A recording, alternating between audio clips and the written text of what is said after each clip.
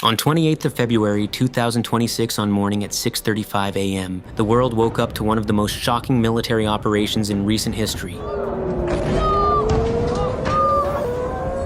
The United States and Israel launched a massive coordinated strike on Iran.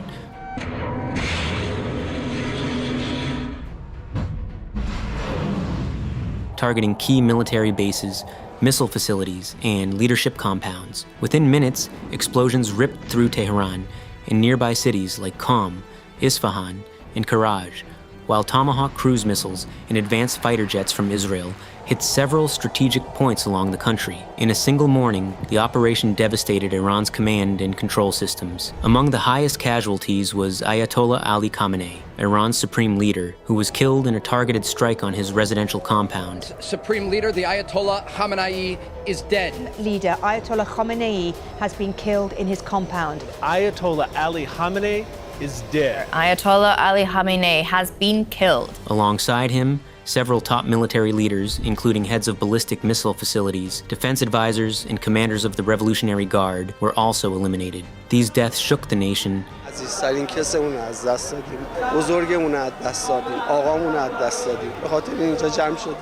and immediately changed Iran's political and military strategy. The human cost on the very first day was staggering. In Minab, a missile struck a girls' school, killing around 168 to 181 children and teachers who were inside during the morning hours. Across Iran, thousands of civilians were caught in the strikes, while soldiers and military personnel faced heavy casualties. By the end of the first week, the total death toll in Iran surpassed 3,000 people, including civilians and combatants. Israel and U.S. forces also reported losses, but Iranian casualties were the most severe. Despite this sudden devastation, Iran quickly retaliated.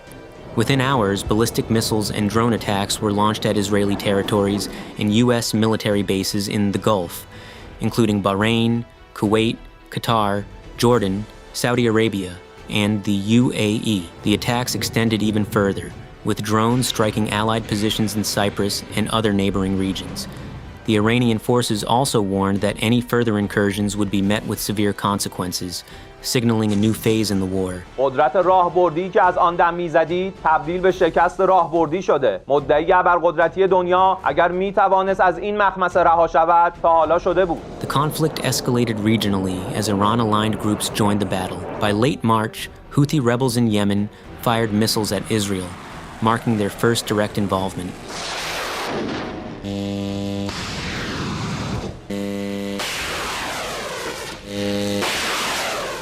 Hezbollah in Lebanon also engaged Israeli positions, turning the conflict into a broader Middle East war. As the war continued, Iran made a dramatic strategic move. The Houthi armed forces, with God's help and reliance upon him, have carried out their first military operation. This operation involved a salvo of ballistic missiles targeting sensitive military objectives of the Israeli enemy in the south of occupied Palestine. On February 28, 2026, Iran declared the Strait of Hormuz closed to all commercial traffic without Iranian approval. This vital maritime route, which carries roughly 20% of the world's oil supply, effectively became a no-go zone for international shipping. Attempts to pass through were met with warnings, and in one incident, an unapproved vessel was destroyed by Iranian forces to enforce control over the strait. Shipping traffic dropped dramatically, forcing global oil and gas shipments to be rerouted or halted entirely. The closure of the Strait of Hormuz sent shockwaves through the global economy.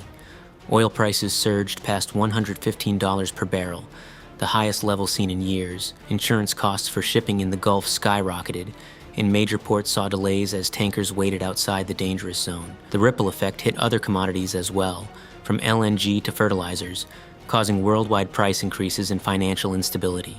Stock markets reacted negatively, particularly in energy and logistics sectors, as the uncertainty of continued conflict loomed large. By early March, the full impact of the war was evident. Thousands were dead or injured, major trade routes were blocked, and the global economy was beginning to feel the strain. Analysts warned that if the conflict continued, energy prices would remain high, trade disruptions could persist, and more nations could become involved, potentially widening the war further.